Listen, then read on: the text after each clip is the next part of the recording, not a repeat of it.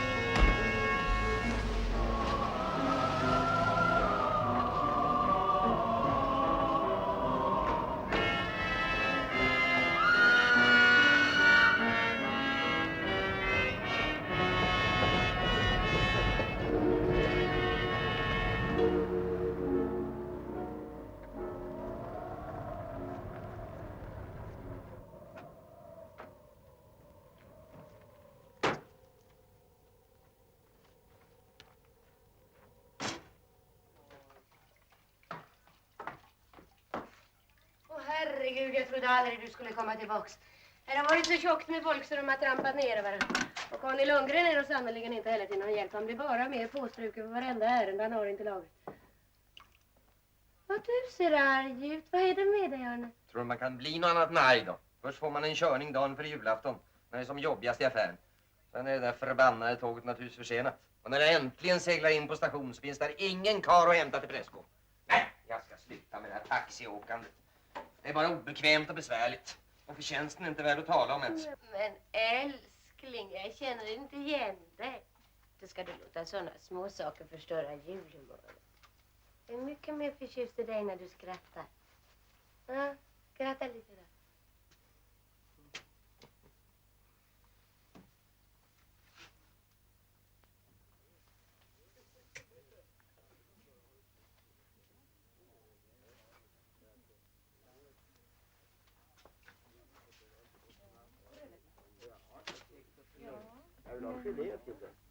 God dag.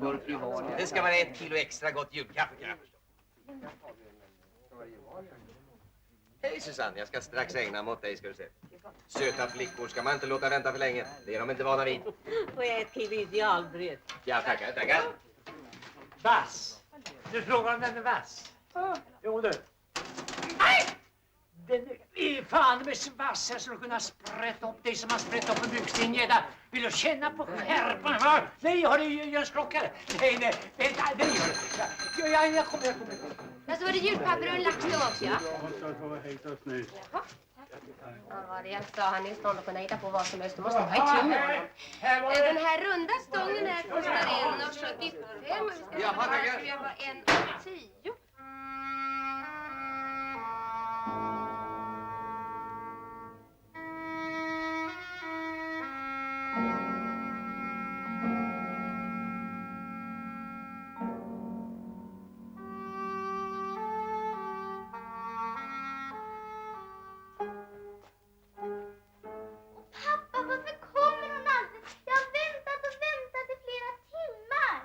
Alldeles för otålig, Lotta. Ja, för julafton är tågen alltid försenade. Ja, vad var det? Om kyrkoherden vill så kan jag ringa till stationen och fråga om tåget har kommit. Jag gör det! Snälla tant Göris, gör det! Ja, tack fröken Holm, det var vänligt. Tänk om hon har ångrat sig, pappa, och tycker det är skojigt att stanna hemma i Stockholm än att vara hos oss här på landet. Det är inte särskilt roligt att sitta ensam på ett rum i Stockholm när det är jul. Och ser du, hon har inget hem att resa till längre. Både hennes mamma och hennes pappa, som bodde i en liten by långt uppe i Norrland, har nyss dött. Därför ska vi vara väldigt snälla mot henne. Det är ingen som svarar på stationen. Vi kanske borde höra oss för hos Sandells. För kyrkoherden bad ju att Arne Sandell skulle möta henne med taxin. Jag kan springa över dit. Kommer inte på fråga att fröken Holm ska besvära sig med det.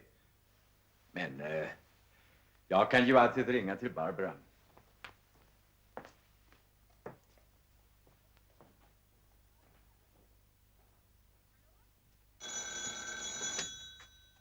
Hallå? Ja, det är Barbara. Nej, men är det Tord? Vad trevligt. Nej, jag är i butiken, men jag har just blivit av med de sista gummorna. Du anar inte en sån dag vi har haft. Va? Och visst han var nere vid stationen och stått där och hängt och väntat på tåg som aldrig kom. Varför han är hemma? Och för att tåget kom till sist såklart. Ja, jag har sagt att det inte kom. Nej, tvärtom. Alltså, det kom alltså. Vad är det? Vem är det? Shh, kan du inte vara tyst? Va? Nej, inte du inte. Jag skulle aldrig kunna drömma om att ryta åt församlingens kyrkoherde och hålla sig tyst. Men det är Arne. Vad är det? Det är Tord. Han vill veta om... Och det var det strängt taget du vill veta. Om inte hans gäst var med i tåget. Nej, det var bara ett fruntimmer. Nej, det var bara ett fruntimmer. Vad säger du? Var det ett fruntimmer? En ung flicka antagligen sorgklädd.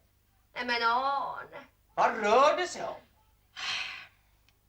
Conny! Ja, jag begriper inte ett skvatt. Alltså, just nu skriker han på Conny Lundgren som väl antagligen sitter någonstans och super sig riktigt ordentligt julfull. Vad säger du? Var det Conny som tog emot beställningen? Nej men kära kära, det förklarar ju allt samman. Du vet ju själv hur han Conny är när han... Ja visst, vänta ett tag så får jag höra vad det är de säger. Du skulle hämta. Ja, det skulle du ju. En karl eller en dam, det är en förbannad skillnad det. En dam? Ja, det var det ju. En vacker dag orkar jag inte med dig längre. Hallå Tor. Ja, det är den där förbannad. Jag menar, fåraktiga Conny Lundgrens fel alltsammans. Va? Har din gäst inte kommit än? Ja, då får jag väl ge mig iväg ut igen och leta reda på henne då. Jo, naturligtvis. Vänta, det ringer på dörren.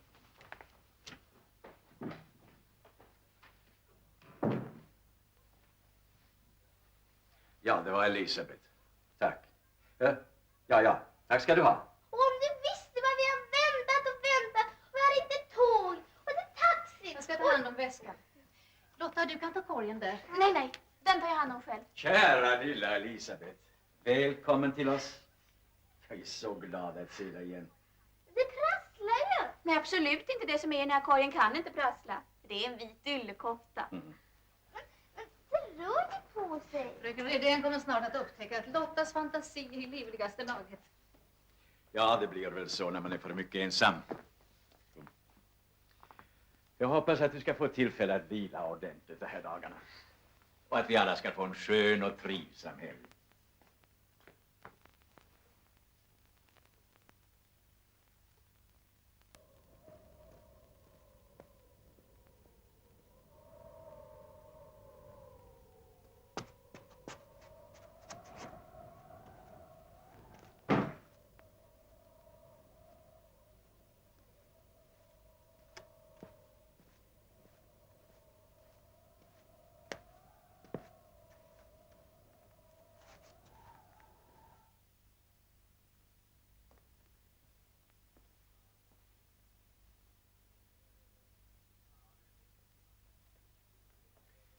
Ja, det är mycket som har hänt sedan du gick här och läste en solig sommar.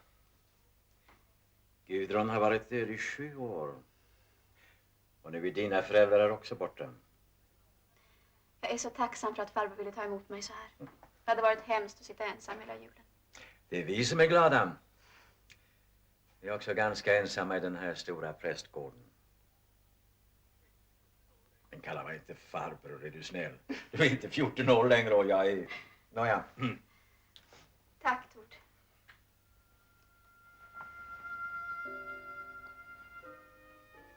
Du har inte gift om dig. Är det inte svårt för en präst att leva ogift? Var det inte synd om lilla Lotta att springa omkring alldeles ensam utan mamma i den här miljön? Det går ingen nöd på Lotta. Ja, det var synd om henne det första året efter Gudruns död. Men sen hade jag turen att få tag på en husförståndarinna som är perfekt i alla avseenden. Fröken Holm försummar ingenting som har med Lottas omvårdnad att göra. Och Lotta är verkligen förtjust i henne. Dessutom har Hjördis Holm en egenskap som jag uppskattar ofantligt. Ja. Hon är den enda kvinnan i församlingen som inte med lock och pock försöker driva in mig i ett nytt äktenskap. Du är samma gamla redsticka som du alltid har varit. Det är nog bäst att du förblir ogift.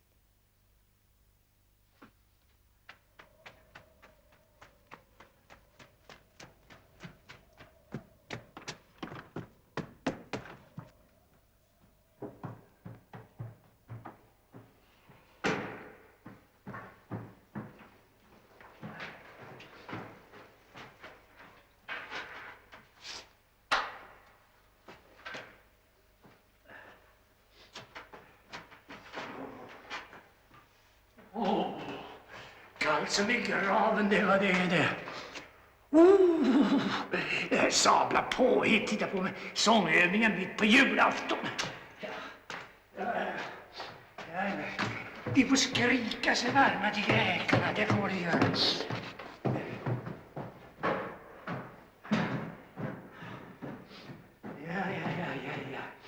Ja, är det så det fryser ihjäl så får det fan med skynda sig själva.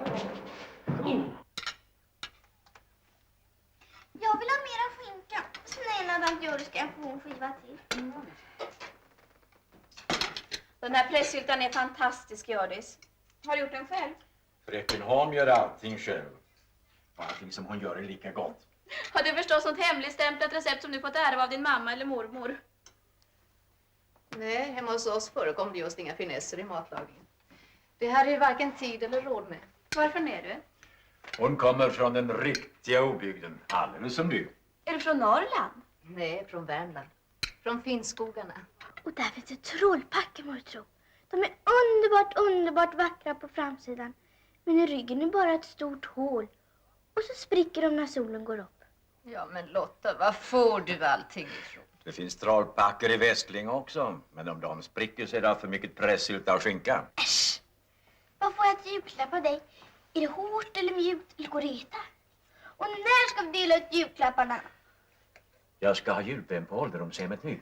Och sen ska jag hälsa på farbror Pettersson som är sjuk. Men jag är hemma senast klockan 6. Det är ju miljoner minuter kvar tills dess. Vad ska vi göra hela tiden? Vi ska först hjälpa tant Hjördis att diska. Och sen ska ni skriva verser på alla paket. Nej, men snälla kyrkoherde. Ja, vet du vad? Mina talanger inskränker sig till korv och syltor. Verser kan jag bara inte åstadkomma. Du hjälper mig, va, Elisabeth? Nej, hej. Ingen får fuska. Och ingen slipper undan. Ni får stänga inne på var sitt rum och rimma. Annars blir det helt enkelt inte några julklappar.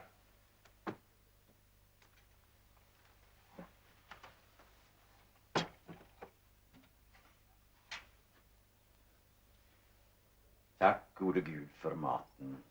Amen.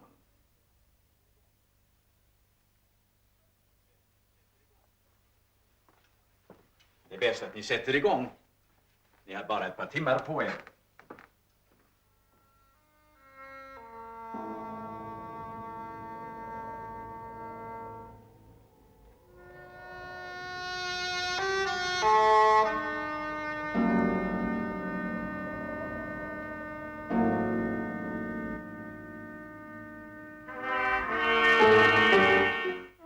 Här är ett par som är så rar. Till lilla far. Ett par som är så rar. Kan det heta så?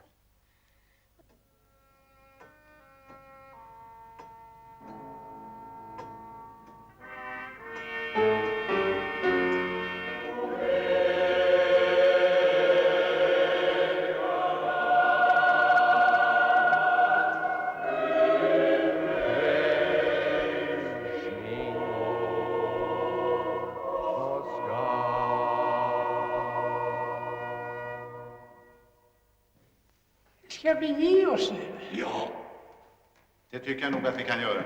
Den här sista gången gick det ju fint. Ska sjunga ännu bättre imorgon bitti. Eller hur, Susanne? Det värsta är det så sömnig under julottan så jag är alltid fullständigt hes. Herregud, klockan är ju redan 4:30. Det är inte klokt. Är du med? Jag ska bara titta in i affären först.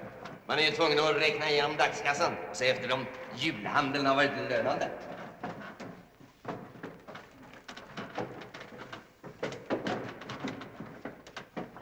God jul, herr Lundgren. God jul!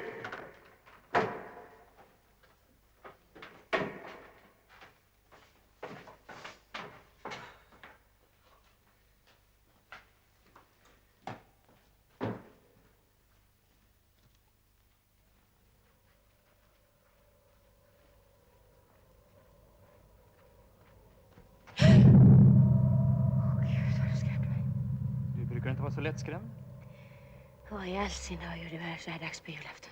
Jag har kommit för att överlämna en liten julklapp som jag hade utlovat. Julklapp till mig? Har du den? Inte nu. Ska vi säga om en halvtimme?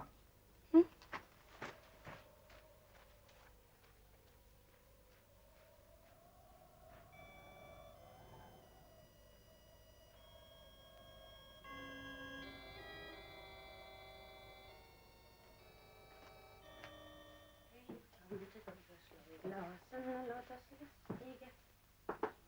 Bara. En liten tid till vi lever här. Med mycket möda och stort besvär.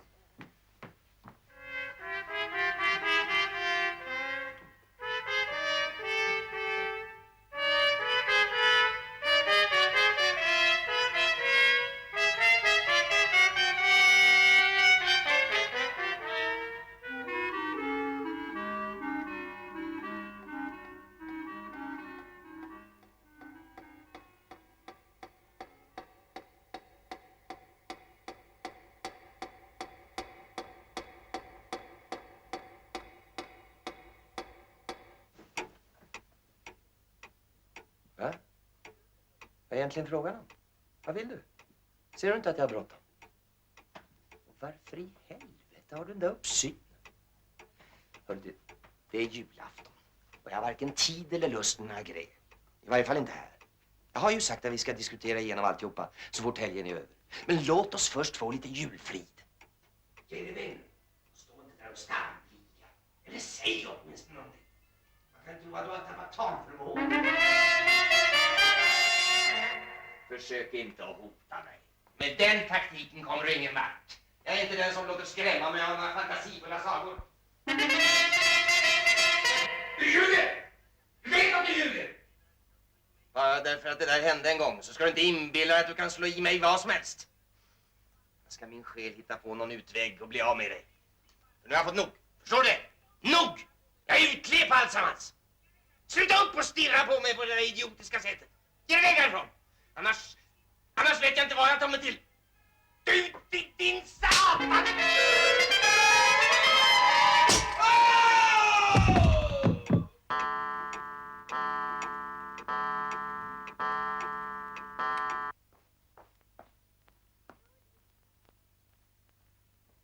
Tant Judis!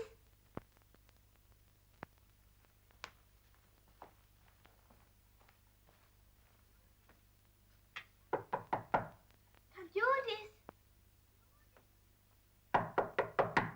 Tant Judis!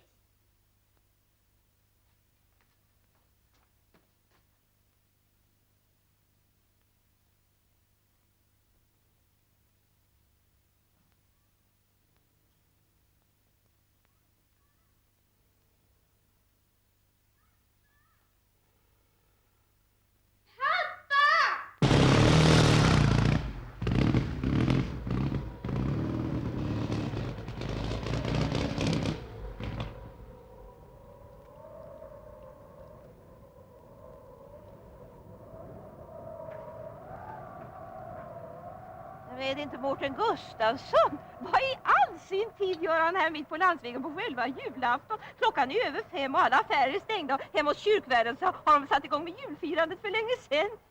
Jag säger det motorstopp, nej men så tråkigt då. Men jag är just på väg till Motanders och när jag kommer fram dit ska jag gärna telefonera efter hjälp åt Mårten. Jag hjälper mig helst själv. Om gamla kärringar orkar gå hela vägen från Kila till Västlingen så orkar nog jag ta mig hem för egen maskin. Stick! Tänk om pappa visste hur Mårten uppför sig. Det lär väl inte dröja förrän han får veta det. Ryslig människa. Jag är lite förvånad om han körde ihjäl sig en vacker dag. Och rött skägg har han också. Det är verkligen synd på en sån gudfruktig och tjuv som pappa.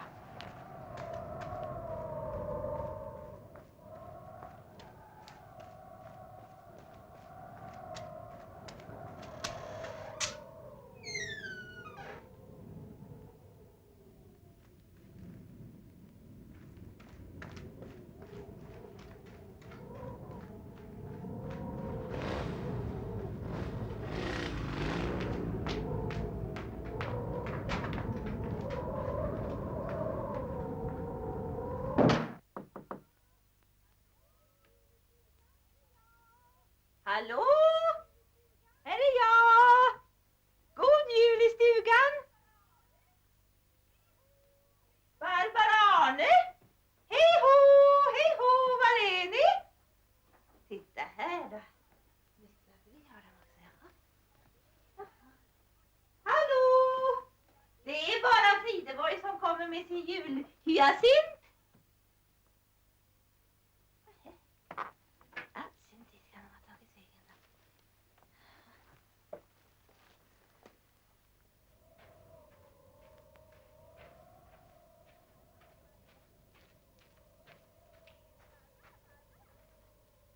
Där är hon ju, vet jag. Barbara! Konstigt, här var ju någon alldeles nyss. Vad kan människan ha tagit vägen?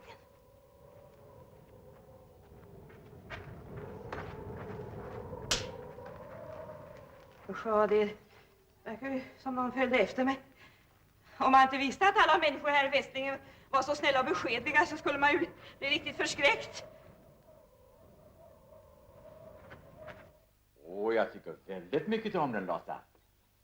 Och jag tycker om alla strumporna. Och alla raktvålarna. Och er allesammans. God jul, Lotta. Vad är det? En kattunge! En riktig levande kattunge! Och alldeles vit är den. För en alldeles själv. Vad heter den? Åh, titta pappa, titta vad söt den är. Den heter Nefertite.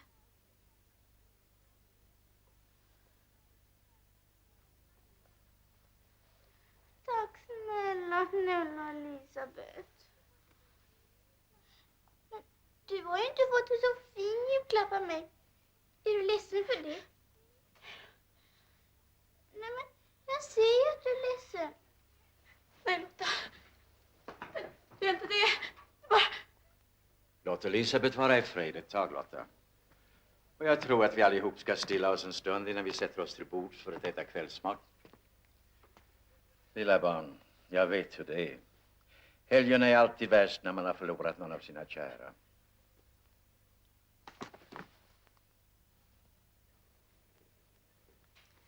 Kom Lotta. Hjälp mig att bära ut det här skräpet.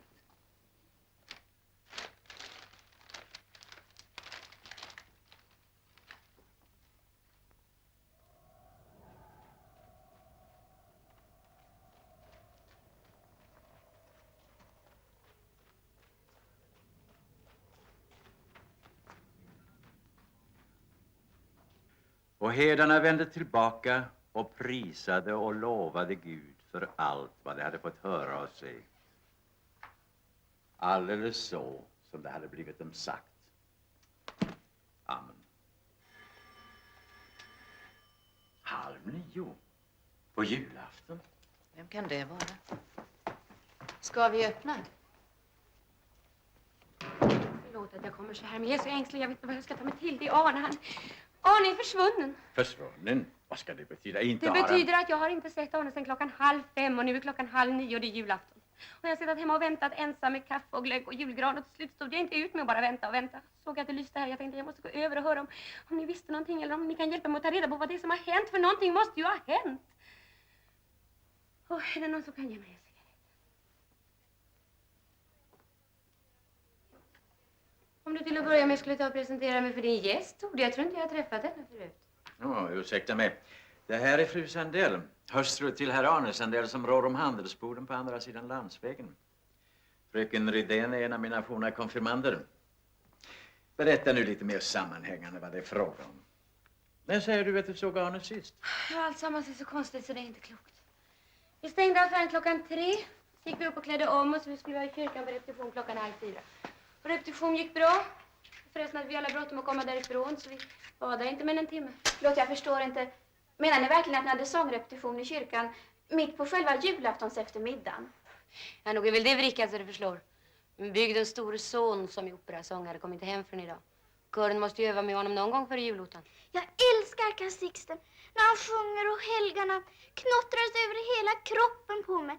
Han tänker väl sjunga den imorgon. Gick ni direkt hem efter sångövningen eller vad gjorde ni då? Jag gick raka vägen upp till vår våning. Jag hade en del ordna mig i köket. Arne skulle gå in på kontoret ett tag så han räknade över dagskassan och låsa in den ordentligt. Men vi hade kommit överens om att tända granen 6:00 och dricka kaffe då. Och sen? När han inte infann sig till kaffet. Gick du inte ner och letade efter honom på kontoret? Det var exakt vad jag gjorde, men det var mörkt både på kontoret och i butiken. Och Arne var borta. Kan han inte ha fått en körning? Efter vad jag förstått så är han ju inte bara affärsman utan taxichaufför också. Han skulle aldrig ha tagit en långkörning på själva julafton utan att ringa upp till mig och berätta det. Han kanske ringde medan du var ute. Jag var inte ute. Varför skulle jag ha varit det? Men tant Frideborg sa att när hon skulle lämna sin julhyacint och se så var alla dörrar olåsta och ingen människa hemma. Det hörde tant Joris också att hon sa. Så det är så. När var det? Ja, strax innan hon kom hit. 5 eller 5:30 eller sådär. Måste väl ha varit de fattiga sekunder jag var nere i källaren då. Har du sett efter om bilen är borta? Ja, det har jag. När jag hade väntat några timmar blev jag så orolig så jag sprang ner till garaget. Ja. Bilen finns kvar hemma. Då vet jag sannoliken inte vad jag ska föreslå. Vi ska äta lutfisk och gröt om en liten stund. Vill du inte stanna och göra oss sällskap? Tack ska du ha. Jag ska nog gå hem nu ifall Arne äntligen skulle dyka upp. Vill du att jag ska följa med dig? Ja, tack. Det vore hemskt snällt. Jag kan inte hjälpa att jag är lite orolig. Jag också, pappa. Jag vill också följa med. Och Elisabeth. Men Gördis kanske behöver lite hjälp i köket. Inte alls. Passar bra att ni tar er en promenad medan jag ser till lutfisken.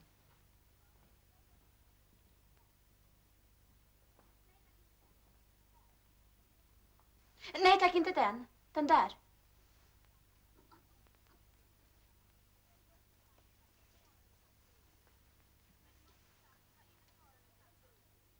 Men Lotta, vad är det du har under kappan? Ja, jag har väl inte någonting under kappan. Men det är ju någonting som piper.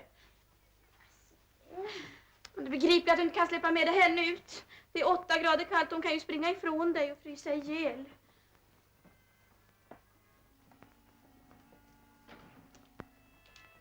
Elisabeth, kom nu.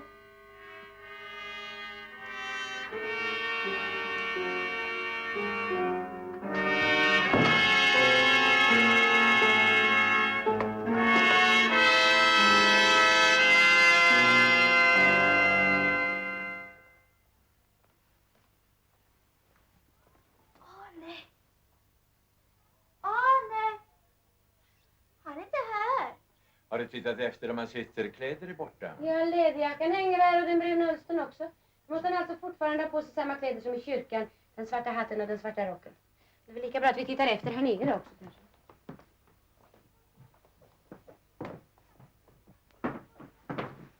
Titta, där tror jag Frideborgs hyacinth. Vi fick 3 stycken vi. Ni har bara fått en.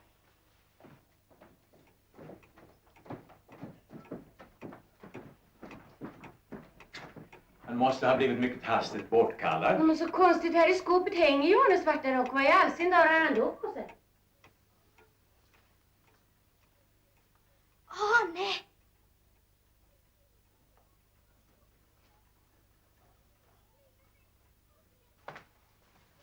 Elisabeth, kom så leker vi affär. Jag ska expediera dig. Nej förresten, jag ska vara tant Tekla mot Tander som kommer för att köpa en ny stekgryta.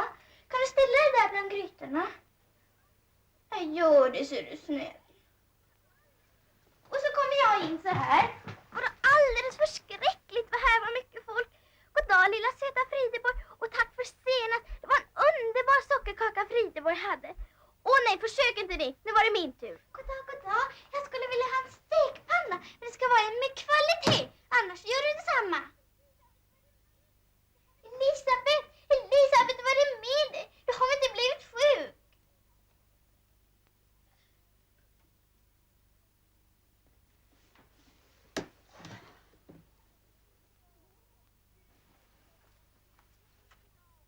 Hur är det med dig?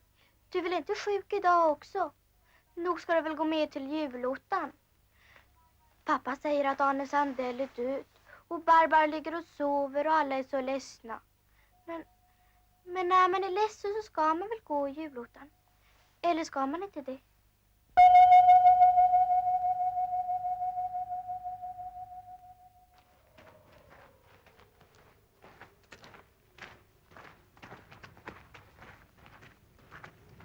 God morgon. Det var ju skönt att se att herr Lundgren är på sin post. Ni får hjälpa mig att få tag på fru Motander. Vi måste be henne gå med den ena kollekthoven. Är det någon av kyrkvärdarna som blivit sjuk? Arne Sandell är död.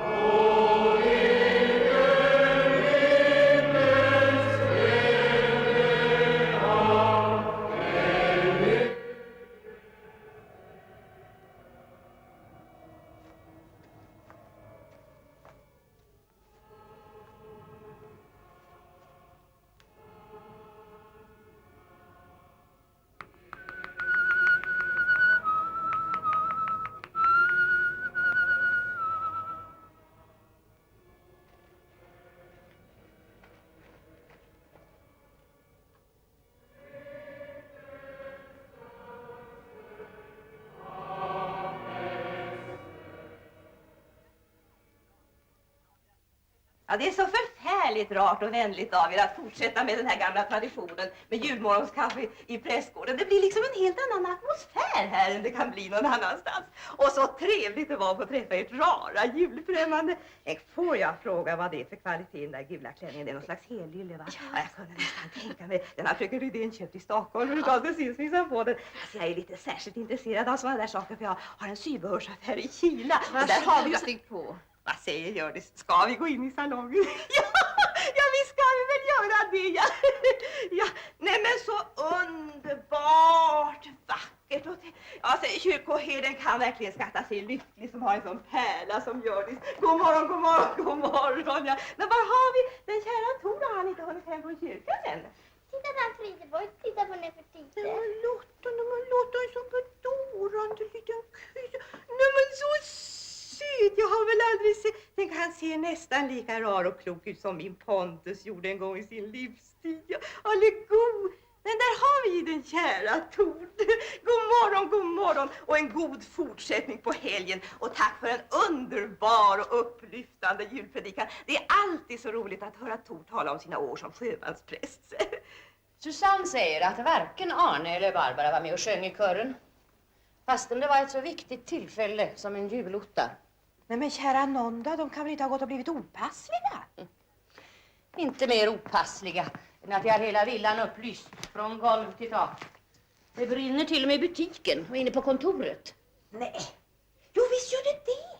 Men det är ju för att det är poliser i hela huset.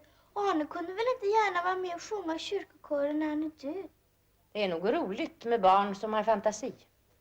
Men döden, Lotta lilla, är ingenting som man ska skämta med. Kila ut i köket och hjälp Hjördis passa kaffepannan. Mm?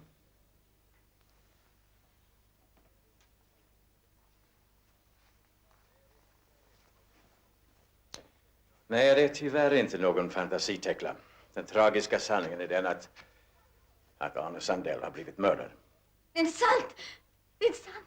Nej, men kära hjärta, han står mördad. Det är så gränslöst hemskt. Och den stackars lilla Barbara. Hur gick det till? Han hade blivit slagen i huvudet med något vasst föremål. Det var rånmord förstås. Förmodligen var det det. Nu är kaffet färdigt. Jag tror att vi alla behöver få något i oss innan vi diskuterar vidare.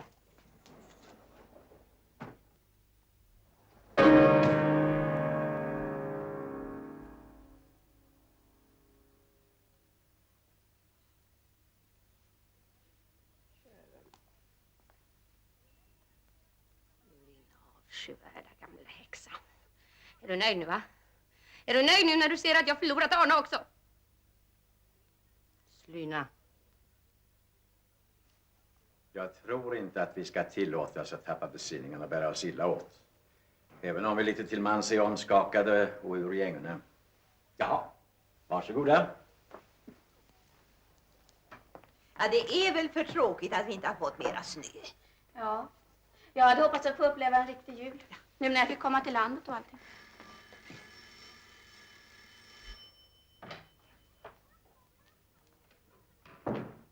Pappa! Vet du vem som är här? Han hälsar från Puck och Eje och säger att det luktar gott kaffe ända ut på gården.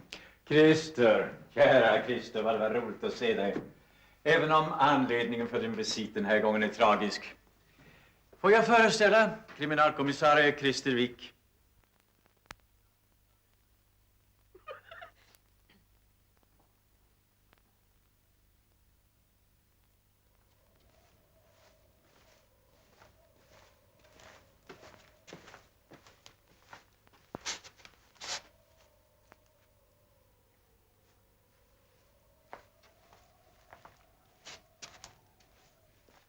Ja, det var en hemsk historia som inträffat i det fridfulla Västlinge. Lotta, spring ut och lek en stund. Ni för Titte längtar nog efter att någon ska ge henne grädde på fatet i köket.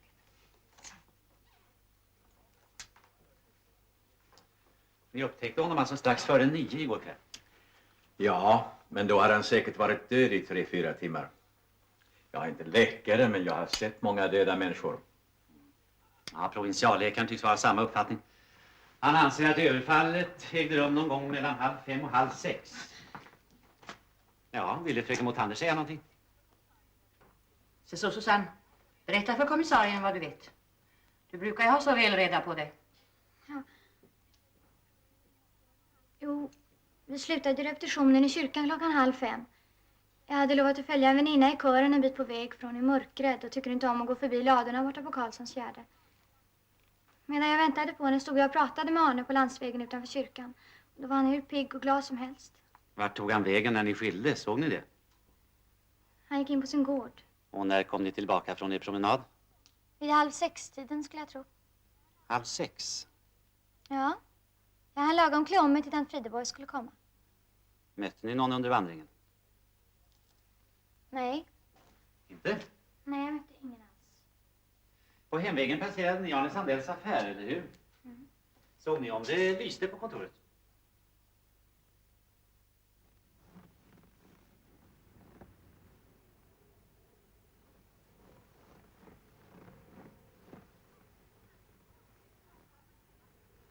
Och varken Arne eller Barbara var hemma. Och det var ju ganska egendomligt 5:30 på julafton och alla dörrar olåsta. Igår berättade du att du såg en skugga borta vid Arnes garage. Hur var det med den? Ja, det var ingenting.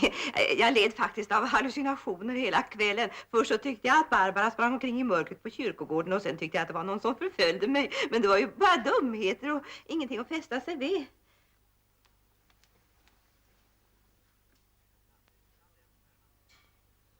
Fru Mothander är ju Sandells närmaste granne. Ni kanske också såg eller hörde någonting som kan vara värt att notera? Ingenting alls. Mitt hembiträde gick strax före 4. Jag var ensam hemma till Susanne kom och hade annat för händer än att stå och kika in på granntomten. Förresten har butiken blindfönster på den vägg som vetter åt vårt håll. Jaha. Och när kommer dotter? Det vet jag inte. Villan är stor och hon har egen nyckel. Då återstår endast prästgårdsfolket. Vad hade ni för er mellan 5:30 och 6:30? Jag besökte ålderdomshemmet och en sjukling en bit längre bort på Kilavägen. Ja, det var väl just den timmen som vi satt inlåsta på våra rum och våndades över julklappsrimmen. Ja, jag fick inte ihop någonting i alla fall, men till min glädje så var Gördis resultat ännu magrare än mitt. För hon hade inte gjort en enda vers. Jag är inte uppfostrad till att skriva vers.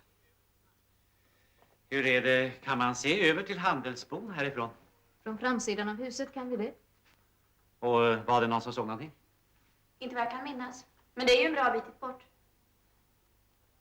Ja, jag tittade nog ut genom fönstret ibland, men jag hade mina tankar på annat håll. Ska jag fatta det så här att ingen utom Tord satte sin fot utanför prästgården under den aktuella tiden? Jodå! När jag sprang ner till kök för att be tant Göris vässa min penna så var hon i alla fall inte där. Klockan var 4:15 och kappan var också borta, så jag gick upp på mitt rum igen och började skriva med min bläckpenna istället. Fast det var ju förstås mycket besvärligare. Ja, men lilla vännen, jag var hemma hela tiden. Då letade du väl inte ordentligt? Jag kanske var i matsalen eller i mitt rum eller... Jag är ledsen att säga det, men man bör nog inte fästa allt för stor vikt vid Lottas uppgifter. Hon lever lite för mycket i sina fantasier. Och hur lyder dina egna uppgifter? När kom du hem? Ungefär 5:30. Några minuter innan Frideborg Jansson anlände med sina vackra blommor. Såg du någon på din promenad? Fröken Mothander, fröken Jansson eller någon annan? Ja, när jag kom ut från gubben Petterssons stuga mötte jag en motorcykel som kom från det här hållet och var på väg mot Kila. Den hade en halsbrytande fart, men jag fångade i alla fall en skymt av föraren. Det var, ja, det kan inte råda någon tvekan om att det var... Mårten Gustafsson. Det var exakt vad man kunde vänta sig. Den där obehagliga spolingen har strukit omkring knutarna här alldeles för mycket på sista tiden. Utmanande och fräck är han. Nej mamma, säg inte så.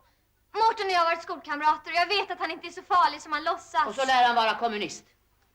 Ja, men jag mötte honom ju också. Och kära söta, hur kunde jag glömma bort något sånt då? Han hade fått motorstopp i mörkret. Och jag frågade varifrån han kom så där på själva julafton. För han talar ju alltid så nedsättande om kyrkan och religionen. Så nog begrep jag att han inte hade varit och övat i kyrkokören. Och så erbjöd jag mig att ringa efter hjälp åt honom. Och kan ni tänka att han svarade mig faktiskt direkt ohövligt. Han är en mycket begåvad pojke. Och han kommer från ett både rejält och fromt hem. Jaha, kyrkovärd. Men för närvarande så sätter han sig upp mot alla auktoriteter. Han har rött skägg. Han ser inte klok ut. Mårten Gustafsson är mera värd än någon av er. Han är snäll och rar och hygglig. Och även om han ibland skulle... Hon kunde åtminstone sätta på sig en anständig svart klänning. Och inte spöka omkring i en gammal urringad sidentrasa. Som ett annat fnask. Hon är avskyvärd. Avskyvärd! Hon har förföljt mig ända sedan jag kom hit till Västlingen. Om hon bara vågade skulle hon gärna skära halsen av mig och sen slänga mig i en hög på kyrkogården. Jag skulle kunna berätta en och annan historia jag också. Som kanske till och med skulle intressera polisen. Kära fru Sandell, polisen lider av en omåttlig nyfikenhet och intresserar sig för det mesta. Vad är det ni vet som skulle kunna locka oss?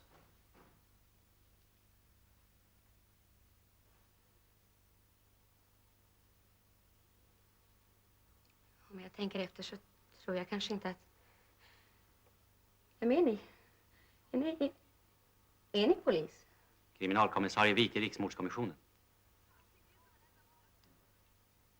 Allting är som en enda mardröm. Inte ens en gång i en mardröm hade jag kunnat föreställa mig att någonting ont skulle kunna drabba barnen. Det var så... Jag hade ingen aning om hur han var. Från början tyckte jag faktiskt att han var alldeles för trevlig. Jag förstår, han spelade luta och han dansade som en gud och han charmade alla flickor som kom i hans närhet. Jag minns att jag sa att han är just en sån karl som man till varje pris ska undvika att gifta sig med. Men så fel jag hade. Bättre kan man inte ha den vi har haft under de här 5 åren. Som med en gång. Utan att man kan fatta hur det har gått till. Så är det slut. Allsammans. Orkar ni med några frågor beträffande gårdagen? När såg ni sista gången er make? I kyrkan efter repetition 4:30. Varför väntade ni inte på när man fick sällskap hem? En så liten bit. Jag hade bråttom.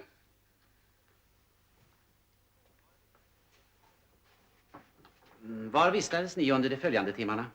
I vår våning förstås. Den ligger rakt ovanför butiken. Och ni hörde ingenting alls där nerifrån? Nej. Men jag hade ju förstås radion på nästan hela tiden. Det var Dans kring granen och andra ganska högljudda program. Ni var ensam hela tiden? Jag visst var jag ensam. Men ni fick ett besök? Ett besök? Nej. Jaså, ni menar Frideborg Jansson. Ja, jag hittade ju hennes skära Jasin på vårt tamburbord. Så jag förstår att hon måste ha varit där. Det är lustigt att hon skulle råka vara där just de fattiga minuter som jag var nere i källaren. Ja, jag var väl där nere kanske ett bra tag och ordnade med värmepannan och valde bland konserverna, men då... Är det någonting annat jag kan hjälpa till med? Fru Sandell är den av alla som kan hjälpa oss bäst. Ni kan till exempel berätta för mig om er man hade några fiender. Nej, det kan jag inte föreställa mig. Ja, det vill säga Conny Lundgren var ju halvfull odräglig igår. Kunde inte ens en gång lämna ett telefonbesked ordentligt. Arne gav honom ett par rejäla överhållningar och sen gick Conny omkring och var arg och lömsk på ända tills vi stängde. Är det kyrkvaktmästaren fru Sandell talar om? Som super sig full på själva julafton? Nej, han är inte alls kyrkvaktmästare. Det är hans bror som är det. Och det är en underbart fin och rar liten gubbe, men han hade blivit sjuk. Och Conny erbjöd sig självmant att utföra vaktmästarjobbet över helgen.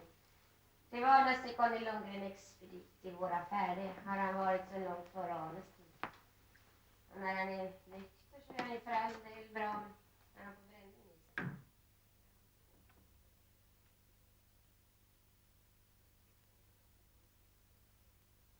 Äcklig är han också. Kladdig. Det är ju klart att jag vill inte påstå att han kom tillbaka senare på kvällen och satte igång ett nytt gräl med Arne, men... Vi ska ha ett samtal med den här med det snaraste.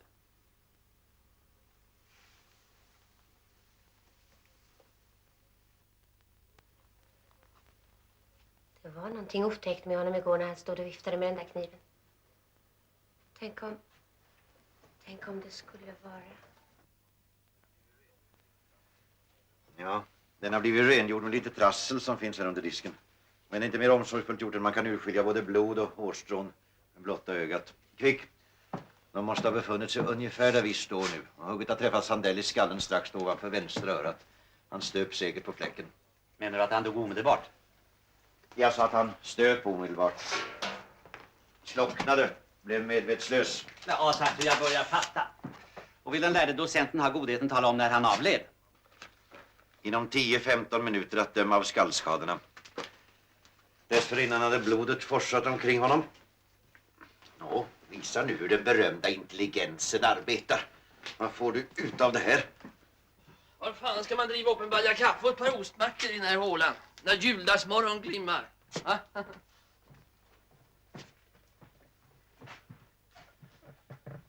Man behöver ju inte vara rättsmedicinsk expert för att se att kroppen flyttats efter det den slutat blöda. Exakt. Och om expertisen alltså är umbärlig så far den tillbaka till Stockholm och tar igen sin förlorade nattsömn. Liket får ni skicka efter. Morgon. Stopp, vänta ett tag. Kan du antyda när förflyttningen skedde? Ja, inte förrän blodet hade torkat in i hans kläder. Antagligen ett par timmar efter dödens inträde. Ett par timmar? Du skämtar. Jag skämtar aldrig den här tiden på dygnet. Så långt, Sherlock.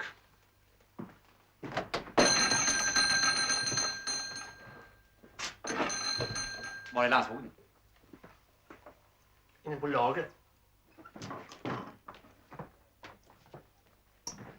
Förstår inte det här fifflandet med liket.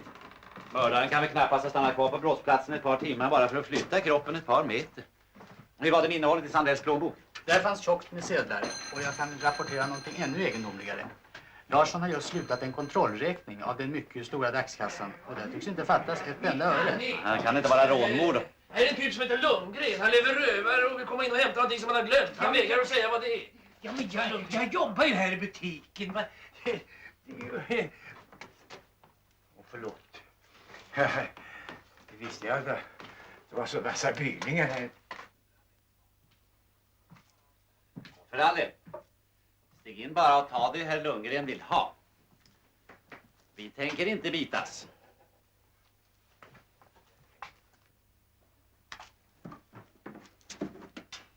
Är det den här herr Lundgren är ute efter? Lillen.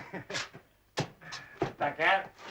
Hej, var det den där ni återvände för att hämta igår eftermiddag vid 5-tiden? Vad fan? Ja, varsågod. Ja, varsågod.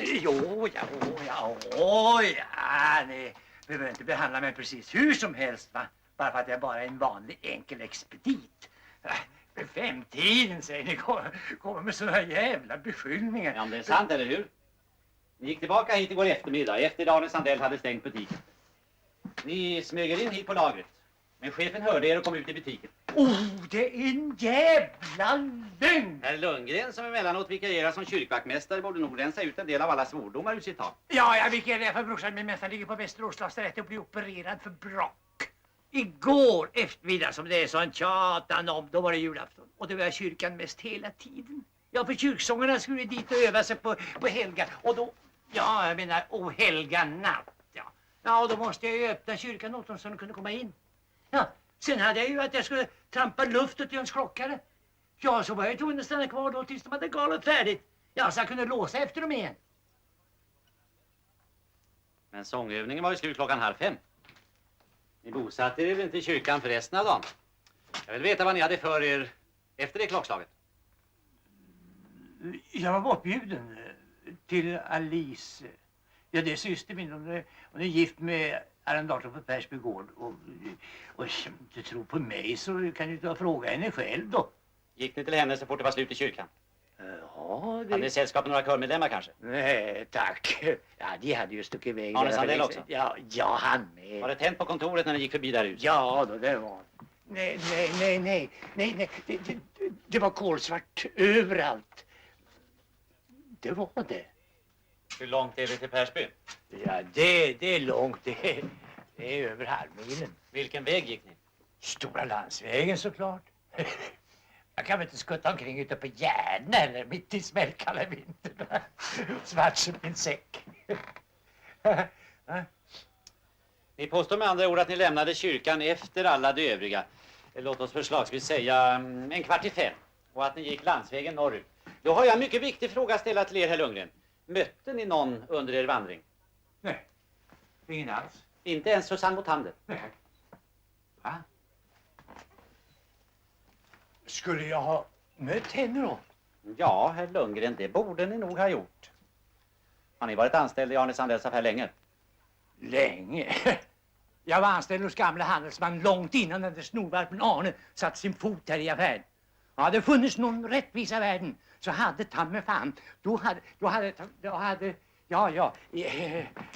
Arne var i grund och botten en rejäl och hygglig prick. Det var han. Ingen ska kunna komma och påstå att jag har sagt någonting annat. Inte. Han var väldigt bussig med förskott så där, och ledigheter och ja, så var han ju så poppis här i Västlinge. Så, ja, kärringarna särskilt var alldeles tokiga inte. Han var ju alltid väldigt glad och livad så där och nojsa och blinka och hade sig till dem. Så de var ju alldeles tokiga inte. Så jag kan då inte begripa vem det kan vara som har velat slå ihjäl Arne. Kan jag inte.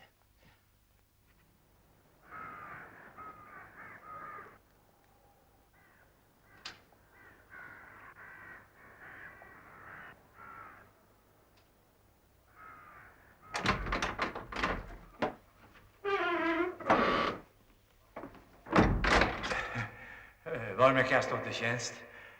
Jag vill bara se mig om lite. Jag har gått och läst i den här kyrkan för många år sedan. Jaså? Och titta!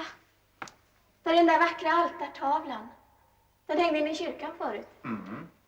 Och kistan med kyrksilvret. Jag minns att Tord visade för oss en gång. Det var särskilt en kalk som var underbar. Ja, vill ni kanske se den? Ja. Ja, det är ju det finaste vi har. Åh, den är väl en massa kosing. Den är mycket gammal. Hörrni, tänk om vi hade allt vin som har varit till den.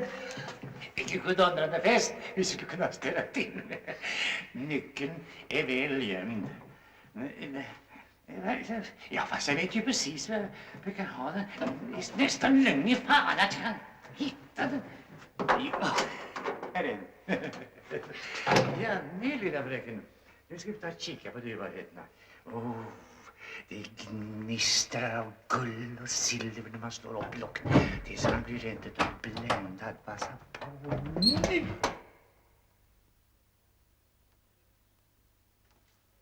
Herregud, kyrksilvret. Det är någon som har stulit kyrksilvret. Jag tror att djävulen är lös. Först mord och sen det här. Kyrkans heliga nattvardskärl. Som har blivit vårdade från släkte till släkte och vidrörda av fromma händer och läppar. Hur är man beskaffad om man kan stjäla sådana? Låset i kistan tycks inte ha blivit utsatt för någon åverkan. Vem tjuven än kan ha varit så visste han om var nycklarna förvarades. Tror du att den här kuppen kan ha något samband med mordet på Arne Sandell? Nej, jag förstår inte hur den skulle kunna ha det. Om inte... Nej, Conny Lundgren kan väl inte själv ha lagt vantarna på kyrksilvret? Nej, jag vill i alla fall inte tro det. Just nu är jag mest intresserad av hans alibi för igår eftermiddag. Han påstår att han tillbringade kvällen hos sin syster i Persby. Hos Alice Broman. Hon är en rejäl och präktig människa. Har ni varit i kontakt med henne? Ja, jag har bett henne komma hit till prästgården. Hoppas hon sitter där inne och väntar på oss just nu. Ja, Conny var hemma hos oss och firade julafton. Hur mycket var klockan när han kom? Ja, det var väl vid 6-draget. För vi skulle just till att dricka kaffe. Fru Broman, hur var det nu i verkligheten? Ni hjälper honom inte längre genom att tala osanning, det förstår ni mycket väl. Er bror kom till Persby senare än 6, eller hur? Han kom inte förrän 8:30. Men han tiggde och bad vi skulle säga att han hade varit hos oss sen 6. För han påstod att kyrkoherden skulle bli arg på honom annars. Var han berusad när han kom? Promenaden hade väl fått den att nyktra till. Men han hade säkert druckit ganska tappert förut på dagen. Och han var förfärligt nervös. Herregud vad jag är ängslig för vad han kan ha gått och ställt till. Conny har alltid varit svår när han fått sprit i sig. Och Arne Sandell till på köpet. Hade han någonting speciellt emot Arne Sandell? Jag är rädd för det. En gammal historia som man alltid ältar när han är full. Det var så att Conny var anställd som biträde hos förra handelsman. Och så när gubben dog, det är 6 år sedan nu, så ville Conny prompt överta affären. Han hade till och med fått löfte om ett lån av disponent Motander. Men i sista vändningen så svek disponenten honom. Ja, så kom Arne Sandell stickande och bara helt solika la pengarna på bordet. Men om jag får säga min mening så var det bäst som skedde. Conny skulle aldrig i världen kunna sköta en stor handelsbok. Jävlar anamma! Har han inte slagit klona i dig i alla fall? Va? Och då vet jag precis hur jag har slutat. Då har naturligtvis babblat om att jag inte gick hemifrån förrän vid 7-tiden. Och vad hjälper det sen att jag svär på att det är inte jag som har slagit igen Arne Sandell. Ingen kommer att tro mig. Ingen kommer att tro mig när jag säger att han var stendöd när jag rullade in honom under disken i butiken. Nåja, herr Lundgren, får vi höra nu vad alltsammans handlar om. Fy, det var otäckt. Jag begriper inte hur man ska kunna avgöra när folk ljuger och när de talar sanning. Säg mig, fröken Holm, hur länge har ni varit i Västlinge? Den 15 januari blev det 6 år sedan jag flyttade hit. Aldrig varit här förut? Nej. Inte sett någon av de personer som ni dagligen har omkring er? Nej. Jag skulle gärna vilja höra vad en utomstående som ni har fått för intryck av dramats huvudpersoner. Conny Lundgren till exempel. Hur är han? Han är... Det är svårt att veta vad man egentligen har honom. När han har druckit sprit, och det gör han ju lite då och då, så är han fullkomligt oregelig. Då bråkar han och sätter igång gräl och vill slåss. Jag är inte säker på att han alltid minns efteråt vad han har ställt till mig i fyllan. Men när han är nykter, då tror jag ibland att han är snäll och godmodig som en stor Sankt Bernhards hund. Fast inte alltid. Ibland kan han förefalla illvillig och ganska bakslig också. Arne Sandell då? Hur skulle ni beskriva honom? Arne kunde man väl inte annat än bli förtjust i. Han var alltid så språksam och glad och skrattlysten. Och bra såg han ut också. Fast om han blev retad kunde han bli fruktansvärt häftig. Och kanske var han en aning vårdslös när det gällde pengar. I varje fall skänkte han då Barbara varenda sak hon pekade på. Från pälsar till radiogrammofoner. Och eftersom inte båda kunde vara borta från affären samtidigt, så skickade han henne på en lyxresa till Spanien i somras. Men själv så nöjde han sig med att fiska laxöring i Lappland några veckor på höstkanten. Och skön Barbara själv? Ja, jag har inte kunnat undgå att se att hon har både hår, höfter och byst, men har hon någonting i hjärnan? En hel del. Hon är ytlig, bortskämd, slarvig, men absolut inte dum. Och hon skaffar sig vanligen vad hon vill ha.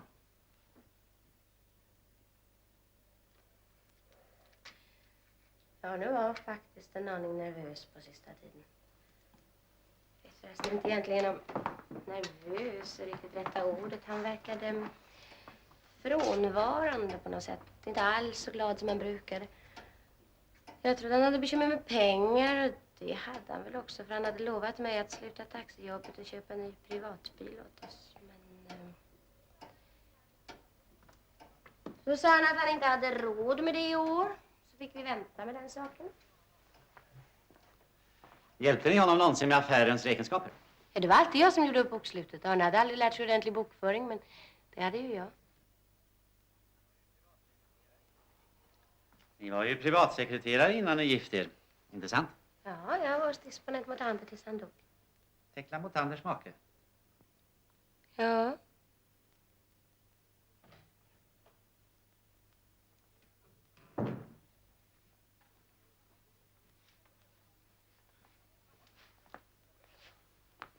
Jaha, det var väl en överraskning.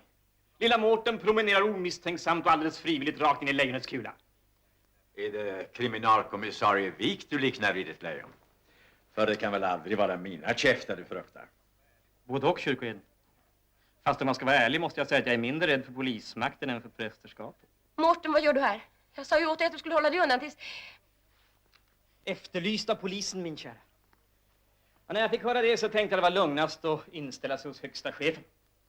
Annars vet man inte vad som kan drabba en i det här samhället. Jag är mycket tacksam. Om jag förstår det hela rätt så är ni Mårten Gustafsson. Ni är inte bosatt här i Västling utan i grannsocknen, eller hur? Ja, farsgubben har nyligen flyttat härifrån till Kila. Men det ångrar han djupt. Han trivdes bättre med den här kyrkan, säger han, för den hade sån atmosfär. Just nu sitter han hemma och uppfyller villan med klagorop för att han har uppfattat ett rykte att de heliga nattvardskärn har blivit stulna. Dessemellan så ber den gamla kyrkvärden böner för sin enda son som vandrar mycket oheliga vägar. Jag är helt belåten om jag får veta vilka vägar ni vandrade igår eftermiddag klockan 5. Det finns saker och ting som man föredrar att behålla för sig själv, inte sant? Jag körde runt några timmar med min motorcykel, kan det inte vara nog? Ni menar inte att ni har gjort det besvär med att komma hit bara för att säga att ni ingenting har att säga? Kommissarien har med beundransvärd raskhet trängt fram till pudelns kärna. När nu det är uppklarat så kanske jag kan få dra mig tillbaka.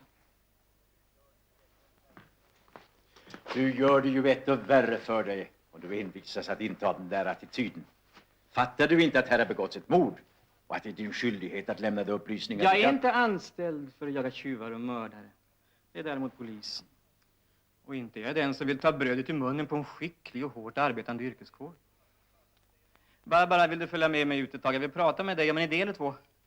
Fru Sandell har ingenting att diskutera med er, som inte vi allesammans får vid att höra. Är hon anhållen? Naturligtvis inte. Är jag anhållen? Nej. Då förstår jag inte hur ni ska kunna hindra att vi flyttar oss som fria medborgare. Mårten, bråka inte nu. Jag har ingenting att säga som du inte redan vet. Är det vägen du rör?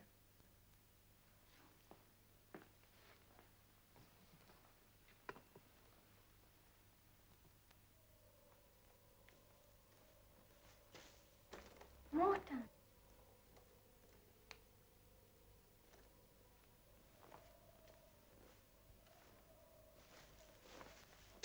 Mårten.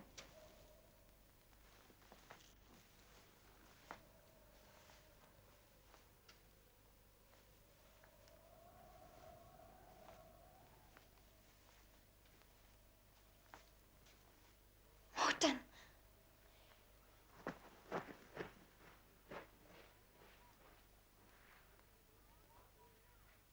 Du Elisabeth, nu när han är död. Jag menar, nu har ju Barbara ingen att vara gift med. Och det har inte pappa heller. Så kanske de två skulle kunna gifta. Men tant Hjördis då? I så fall måste hon sluta sin plats här hos er. Vore det inte bättre att pappa gifte sig med henne istället? Det går inte, för hon är kär i en annan. Fast kan hända det går nu. För den som hon var kär i var ju Arne. Och han är ju död. Men snälla rara Lotta, vad är det du säger? Hur vet du det? Jo, för jag såg dem flera gånger på kyrkogården. Och han sa bara ja. Men tant Hjördis sa, jag släpper dig inte förrän du betäckt min hud med 1000 kyssar. O du min evigt hemligt älskade. Var det inte underbart? Ja, jag var relativt väl insatt i min makes affärer. Och när han kom och sa att han tänkte satsa pengar på den där slarven Conny Lundgren avrådde jag på det bestämdaste. Jag ville istället att han skulle hjälpa Sandell att överta handelsboden. Ja, gjorde han det? Ja, jag tar för givet att det var Gerhard som lånade Arne de pengar han behövde för butiksköpet. Varifrån skulle han annars ha fått dem? Tja, från Barbara kanske? Ja, för en del. Hon har vanan inne att skaffa fram pengar. Även om det inte alltid sker med hederliga metoder. Din förbannade gamla sladdetracka, hur vågar du? Det är aldrig farligt att säga sanningen. Och sanningen i det här fallet är den att du fick sluta din plats i Västerås därför att du förskingrade. Om du inte hade haft den historien bakom dig så hade väl knappast en nöjeslysten jänta som du tagit anställning i en sån här håla. Jo, jag tror du tiger nu. Det är nog det bästa du kan göra ifall du inte... Nej, nu tänker jag inte tiga längre. Vill du ha sanning så ska du få det. För om jag är en förskinglerska så är du Tekla mot Hander en mörderska. Det var inte bara Arne som visste det. Jag vet också vad det var som hände i bilen den där natten för 6 år sedan. Du kan inte veta någonting. Du ljuger som du alltid har gjort när du är knipa. Det där tror du inte ens på själv. Du är rädd nu.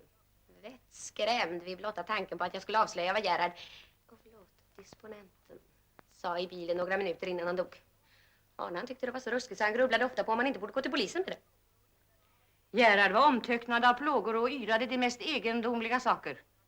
Och vad Arne beträffar så hade han givit mig sitt hedersord på att inte föra de där dumheterna vidare. Han har heller ingenting sagt annat än till mig. Ja, jag ska nog gå nu. Så kan den här unga damen få tala fritt ur hjärtat och uppbygga er med det ena fantasifostret för och det andra efter. Jag är inte den som behöver försvara mig mot såna här beskyllningar. Adjö, kommissarie. Men det är sant, du mördade honom! Hon mördade honom faktiskt. Jag är idel öra. Har ni försett Gerhard? Disponenten alltså, han fick en blindtarmsattack. Och den där satmaran var ensam hemma med honom. Hon brydde sig inte om att ringa efter någon läkare utan bara lät honom ligga där. Inte förrän han var medvetslös. Och hon har nu skjutsat in dem till lasarettet. I bilen vaknade han upp. Och då sa han alldeles klart och redigt att hon hade tagit livet av honom. Genom att vänta tills blindtarmen brast på honom. På sjukhuset kunde de ju inte komma åt henne. För hon grät och bedyrade att han inte alls hade varit väldigt sjuk. Jag trodde bara det hade varit en släng av sommarsjuka, sa hon. Men Arne tvingade hon att tiga med det som hade hänt i bilen. Tvingade? Var det inte snarare så att de betalade honom för att vara tyst? Det skulle ju vara mutor.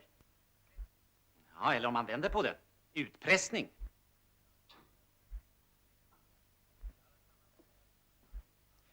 Vi är allesammans bjudna till Motanders på annandagsmiddag. Jag mötte Tekla nyss och hon bad mig särskilt framföra att hon hoppades att också Barbara och kriminalkommissarien vill komma med. Kors i jösse namn, men hon har ångrat sig. Det var mer än jag trodde henne om att kunna göra. Jag har barnen bestämt gräsligt illa åt mot människan. Hur ska jag någonsin kunna se henne i ögonen igen?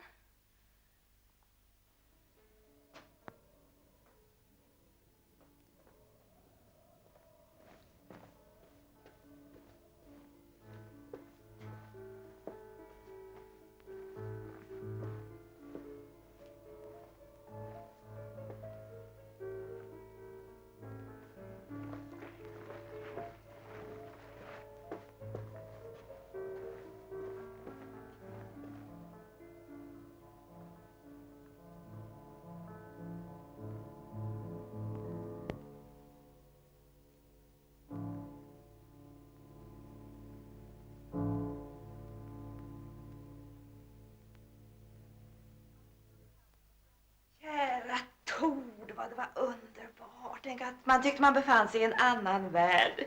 Jag har aldrig hört någon spela Beethoven så som Tord gör. Jag skulle kunna sitta varenda dag hela året om och bara lyssna och lyssna och lyssna.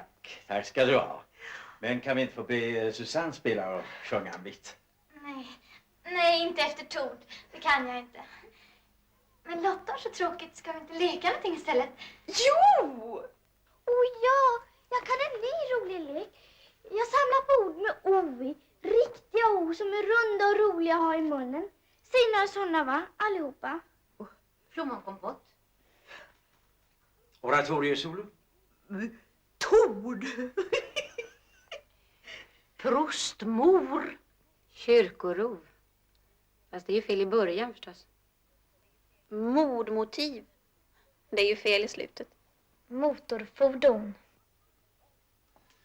Konjaksgrogg. Dumma Christer. Konjaksgrogg går väl inte att säga så det blir runt i munnen heller. Hur ska man då bära sig åt, tror du? Och plommonkompott var faktiskt inte heller så bra. Och pappa fuskade, för det ska vara svenska ord förstås. Och motorfordon var bäst. Det ordet har inte jag haft förut. Ja, men Tord var väl bra? Det är telefon till fröken Susanne. Jag kunde höra på rösten att det var Gustafssons pojk. Han med det röda skägget. Ska han börja ringa hit nu också? Men det ska vi inte ha någonting för, det lovar jag. Susanne, jag förbjuder dig. Det var en originell yngling, den där Mårten Gustafsson. Andra personer som ljuger eller döljer någonting för polisen, de brukar göra det med ett tydligt dåligt samvete. Men han tycks mena att det är hans oförytliga rättighet att behålla saker och ting för sig själv. Är det inte det då? Jag vet att Mårtens idéer beror på att han föraktar alla borgerliga lagar och förordningar. Det hindrar ju inte att han kan ha rätt. Varför ska man vara skyldig att utlämna hela sitt privatliv? Alla stora och små dårskaper man någonsin har begått. Bara för att man råkar hamna mitt i en kriminalgåt. Men man ska väl i alla fall försöka hjälpa polisen. Ja, det är klart man ska hjälpa de snälla och duktiga poliskonstaplarna. Det är helt enkelt ens skyldighet mot staten som tar så hemskt väl hand om oss och ger oss folkpensioner och mediciner och enhetsskolor och sånt.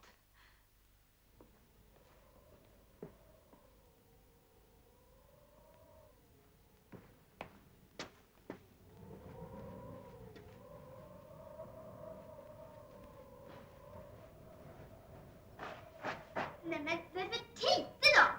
Kom tillbaks, hördu! Kissen min. Så ja, kom nu. Nej, för tite! Kom, nej, för tite! Nej, för tite, kom!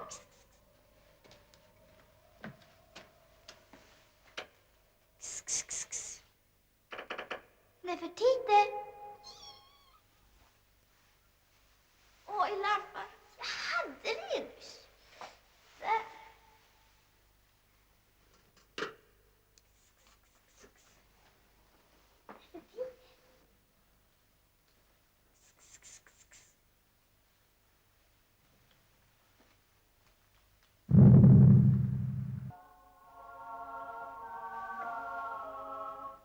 Nefertiti. Nefertiti.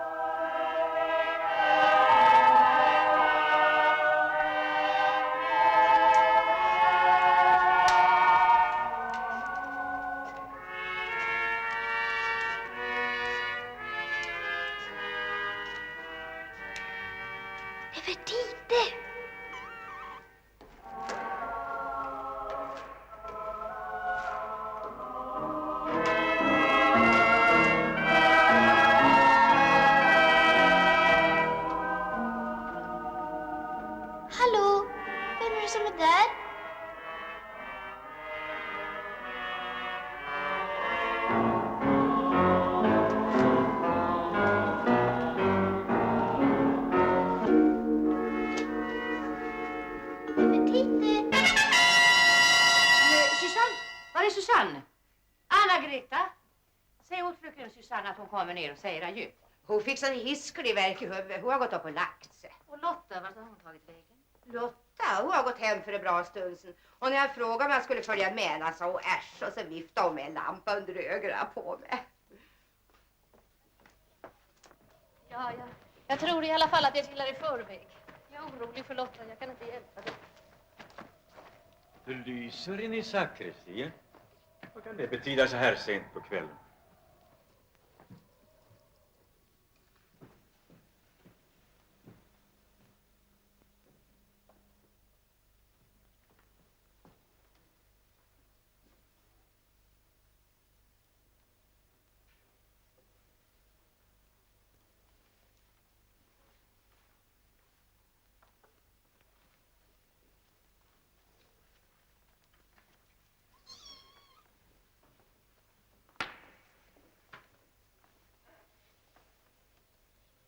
Men Nefertiti, vad gör du här?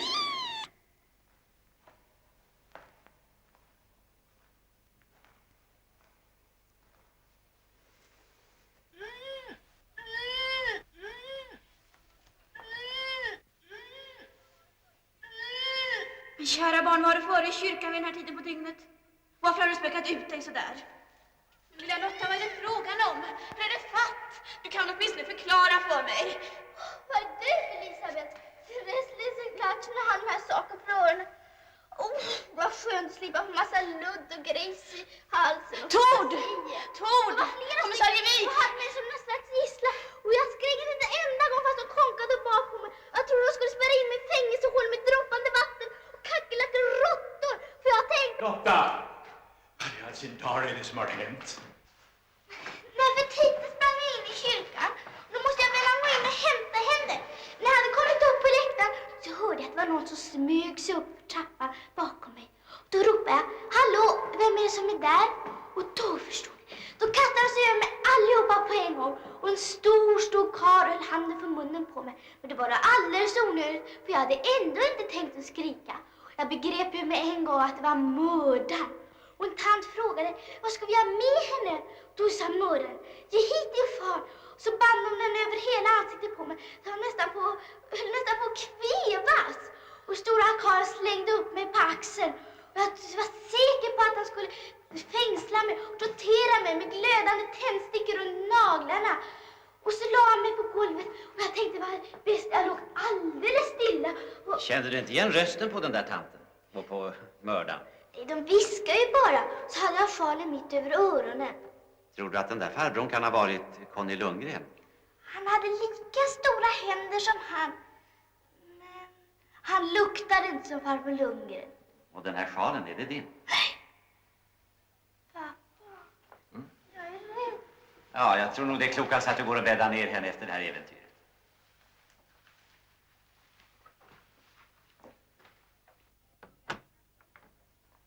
Jag höll ju på att glömma dina strumpor. Varsågod. Tack. Han sätter dig ner ett tag och pratar medan jag gör mig i ordning, va? Vad tycker jag ska sätta på mig på fötterna? Är det för kallt nu bara först? Oh ja, du kommer att frysa ihjäl på kyrkogården. Det är hemskt mycket snö. Dåligt skottat är det också. Usch då. Och vilken härlig morgonrock. Ja, är den inte? Jag köpte den till mig själv i Spanien i somras, men Arne blev lika förtjust i den som jag, så han la beslag på den så ofta han kom åt. Kvällen före julafton till exempel traskade han omkring i den där morgonrocken och slog in julklappar. Och nu är det nyårsafton. Och vi ska begrava Arne. Jag kan inte ens vara ledsen, för jag fattar det inte.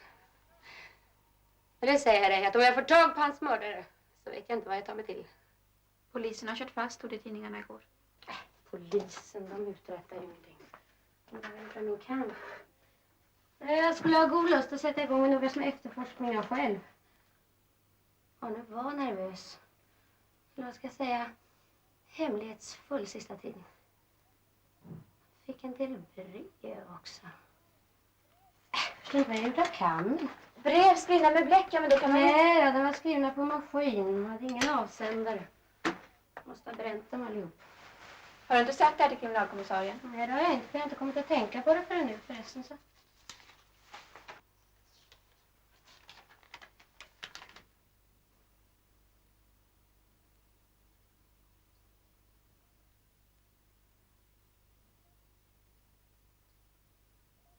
gick aldrig dit. Och därför... Barbara, vad är det? Vad var det som du hittade? Ingenting. Vill du komma ner och titta på kaffebordet, Barbara?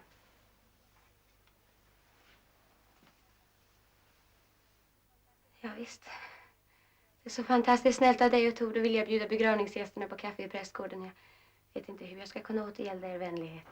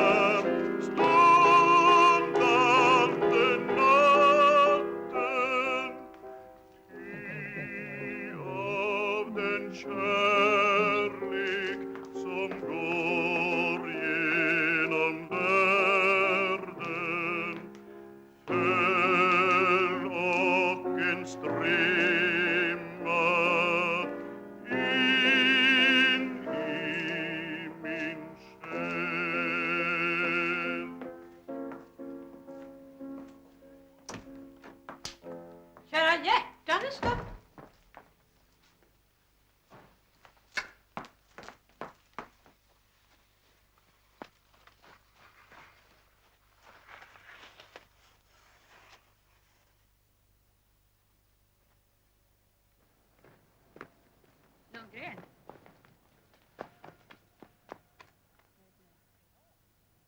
Jag? Ska jag?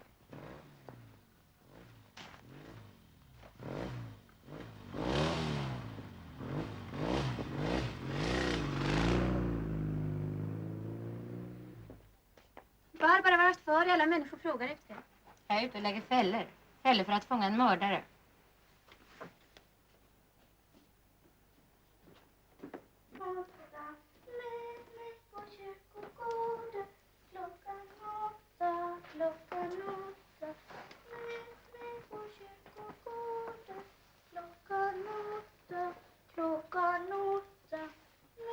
Vem ska du möta på kyrkogården?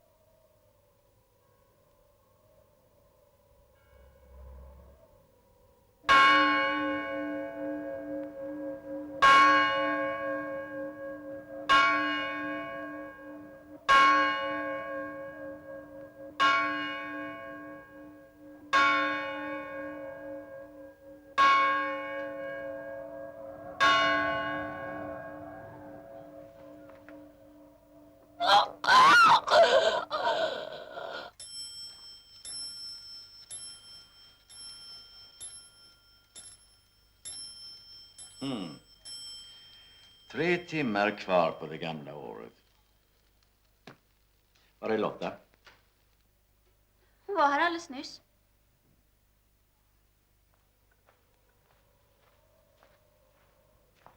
Möt mig på kyrkogården. Möt mig på kyrkogården. Så fånigt. Varför skulle de mötas på kyrkogården? Vad är de?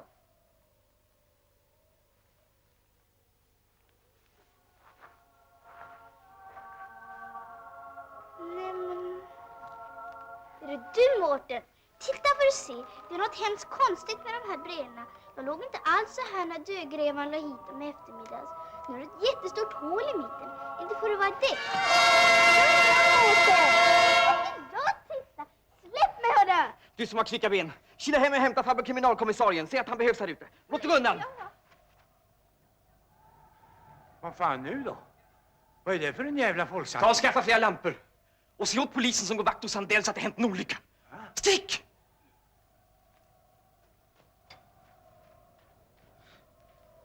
Jag måste ge herr Lundgren rätt. Här artar sig till en veritabel folksamling. Hej Susanne! Stå inte där och tryck, kom hit!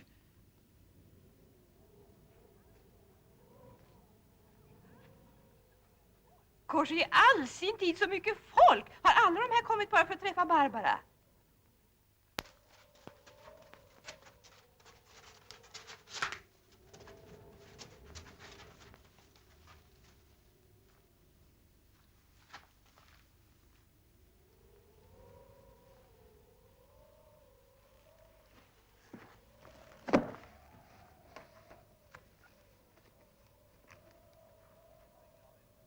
Är det vanligt att man lämnar en grav öppen på det här sättet efter jordfästningen? Vintertid förekommer det ganska ofta. Kyrkogårdsarbetarna vill helst gräva och fylla igen gravarna i dagsljus. Och när begravningen var över idag var det inte lång stund kvar till skymningen. Men det täcker givetvis över öppningen med brädor. Så här ska det under inga förhållanden se ut. Förlåt kyrkoherden, men jag var här och snackade med Arvid när han höll på att fixa graven. Och jag vet att han la alla plankorna så ordentligt som aldrig det. Det är någon som har varit där och flyttat på dem efteråt. Det är det.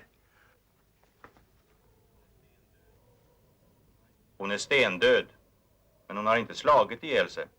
Hon är strypt.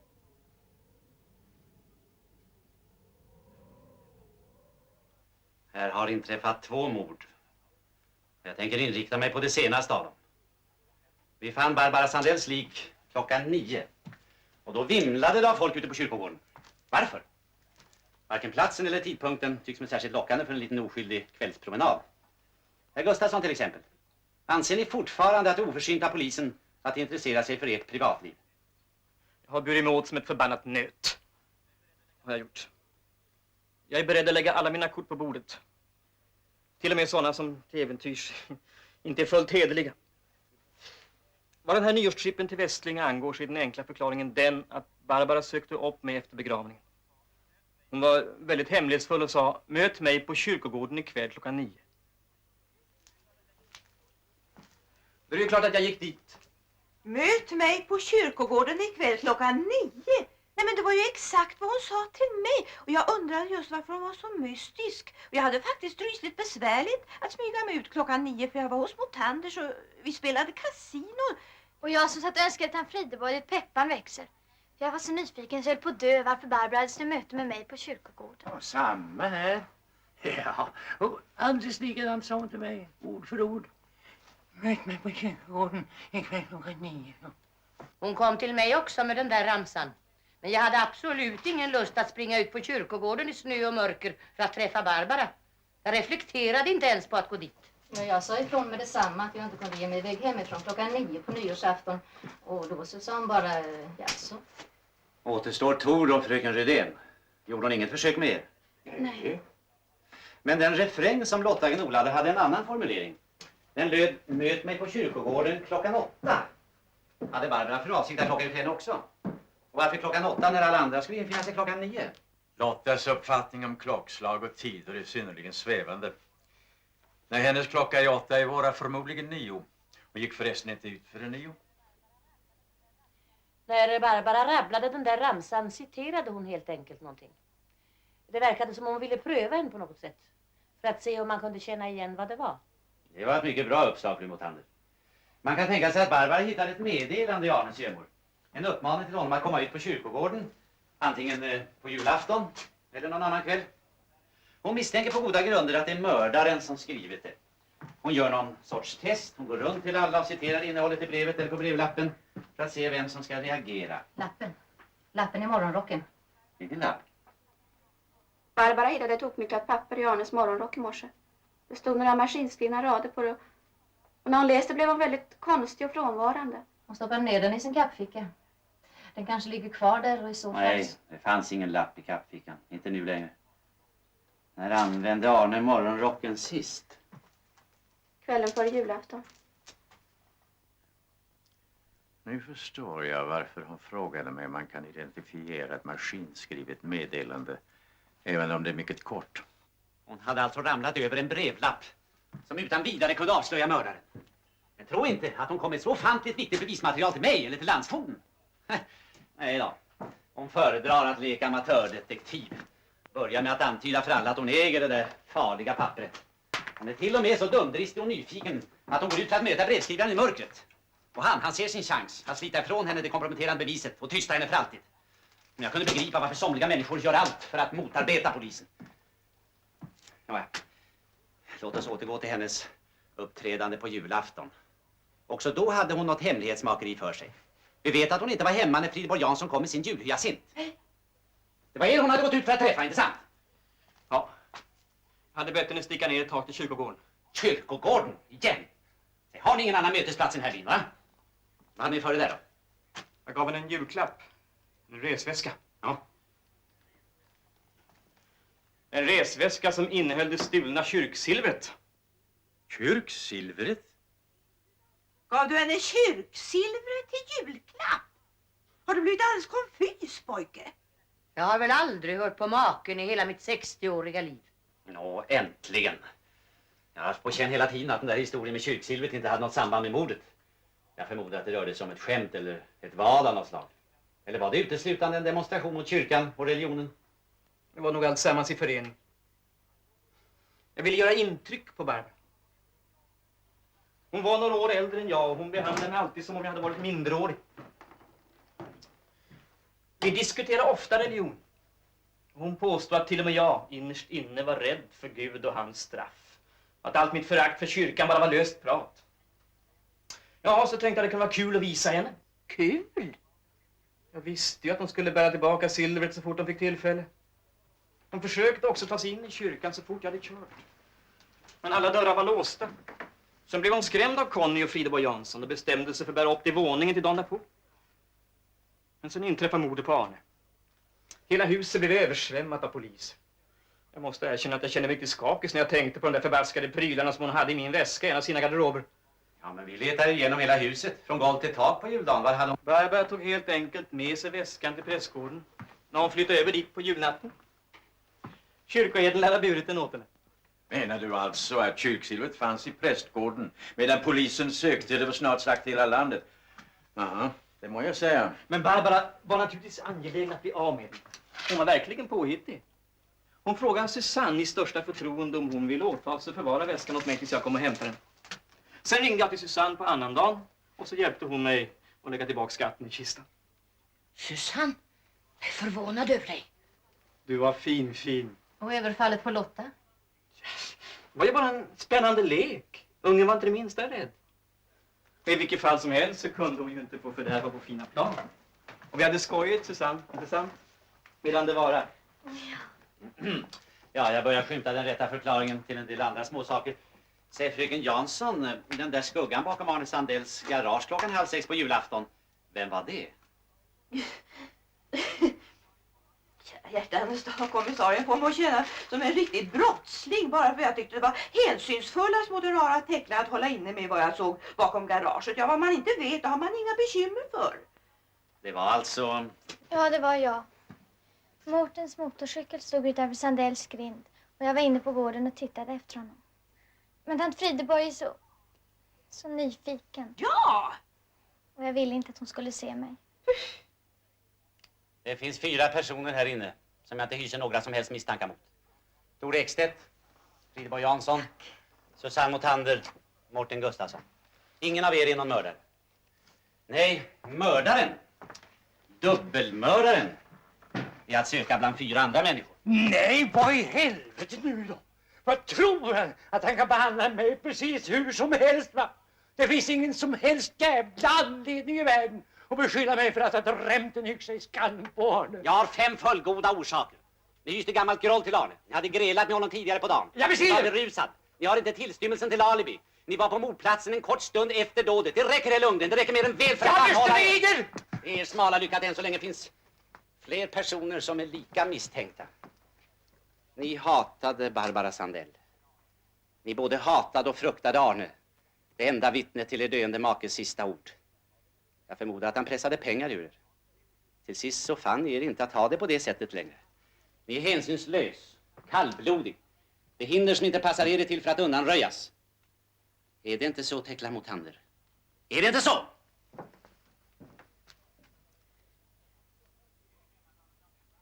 Vi får inte heller glömma att Arne Sandell framförallt var en fruntimmerskar. En sån där som var alldeles för trevlig och som skärmade alla flickor. Som förmodligen också ganska brutalt trampade på flickors hjärtan. Han var gränslöst förälskad i Barbara. Ja, just därför kunde hans historia med andra kvinnor inte bli annat än korta äventyr. För honom. Sen återvände han till Barbara och vägrade att infinna sig till några flera möten på kyrkogårdar eller andra platser. Därför måste mörderskan komma till honom. Hon skrev inte så många julklapsar in. För genom sitt fönster så såg hon att det var upplyst på Arnes kontor. Hon såg sin chans att få tala med honom, att få vädja till honom en sista gång. Men så råkade hon i gräl med honom. Grep en av hans egna yxor. Det var en nästan reflexmässig rörelse. För hon är uppväxt i obygden och vet hur man hanterar en yxa.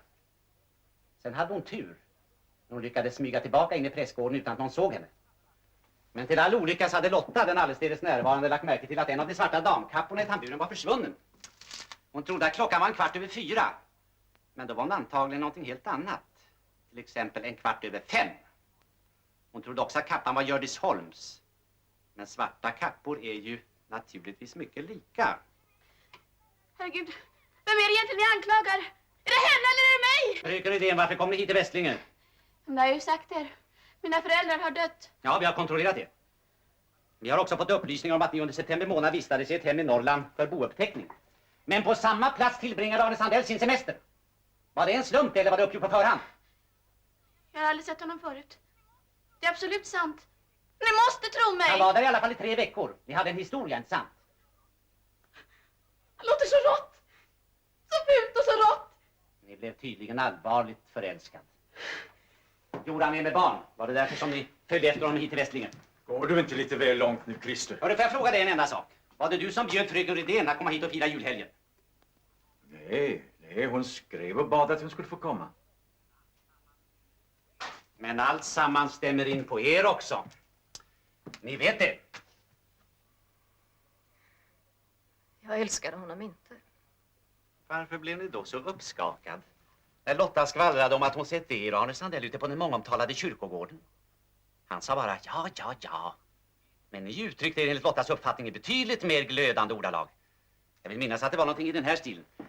Jag släpper det inte för nu betäcker min hud med 1000 kyssar. O, du min evigt och hemligt älskade. Ja, ni behöver inte säga att ni inte var så romantisk och högtravande. Jag har sett åtskilliga prov på hur Lottas fantasi arbetar. Men jag har lärt mig en sak. Jag vet att hon samtidigt är en mycket vaken iakttagare.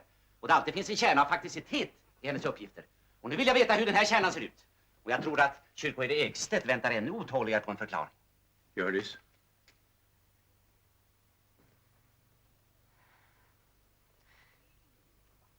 Men det är inte så. Han tjusade till mig också den första tiden jag var här. Han var ogift då. Och han lovade att vi skulle gifta oss bara han kunde skaffa pengar till att överta butiken.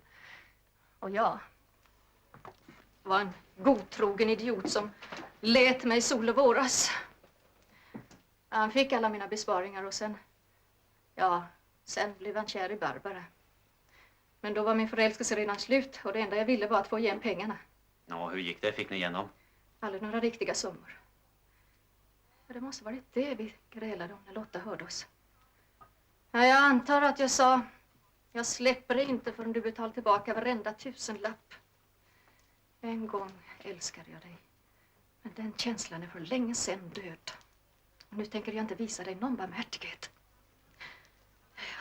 Antingen uppsnappar Lotta bara en del av meningen eller också har hon en ytterst livlig fantasi. Varenda tusenlapp. Säg mig, fröken Holm, hur mycket lånade ni ut till honom?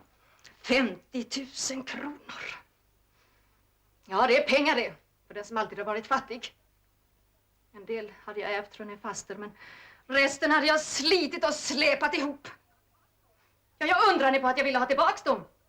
Undrar ni på att jag tappade tålamodet när han gav Barbara pälsar och lyxresor, men aldrig betalade tillbaka mina pengar till mig?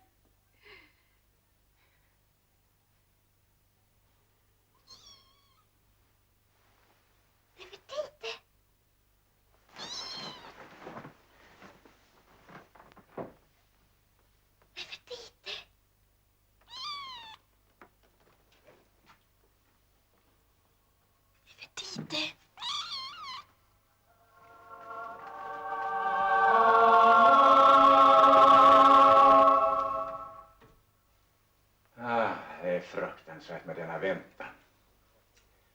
Väntan på brottsplatsundersökare och väntan på rättsläkare och väntan på... Rättsläkaren har varit här. Kunde han ange vid vilken tidpunkt hon avled? Ja, men du ska inte tro att det gör saken mindre underlig.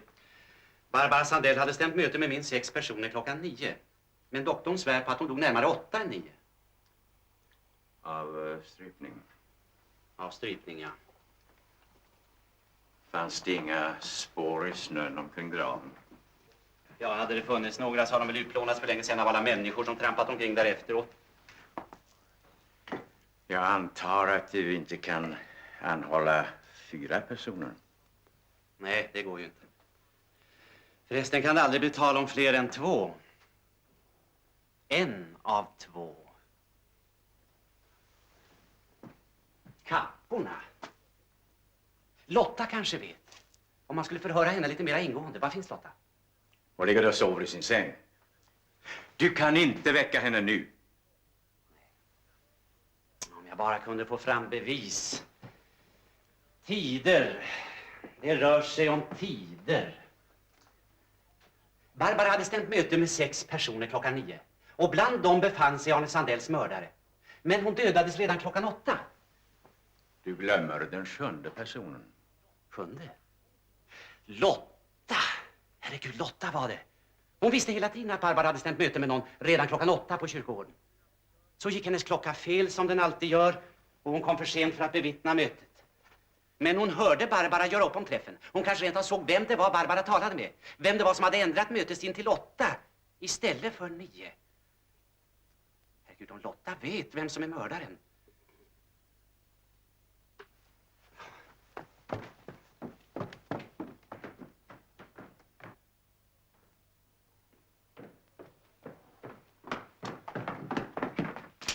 Hon är inte i sin säng. Varför ser du på mig så där? Varför? Varför? Var det?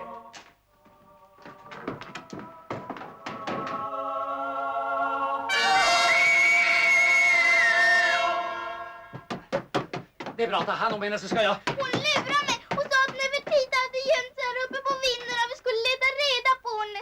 Men när vi kom upp så pratade hon bara om sin gamla kappa, om Barbara. Det är klart jag hörde att Barbara ville träffa henne på kyrkogården klockan 9. Och hon sa nej, 8 passar mig mycket bättre.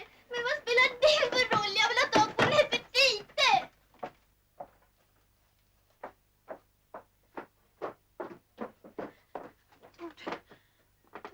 Jag vill inte skada Lotta. Jag var ju bara så rädd för att hon visste. Jag menar inte, jag menar inte.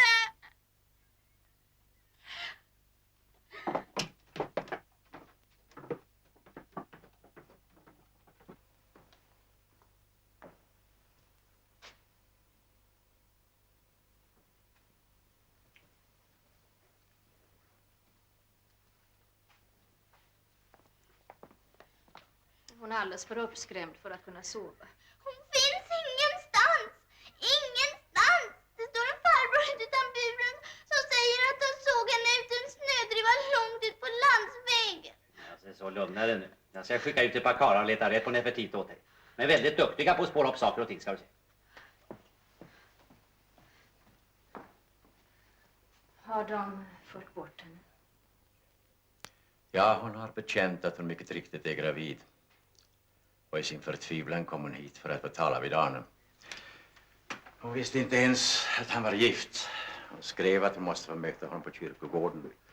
Men han kom alltså inte, så brast allting för henne. Och hon dödade honom. Sen handlade hon hela tiden i full panik. För att slippa bli avslöjad som mörderska begick hon ännu ett mord. Och det kunde ha blivit ytterligare ett. Hjördis. Hur ska jag någonsin kunna tacka?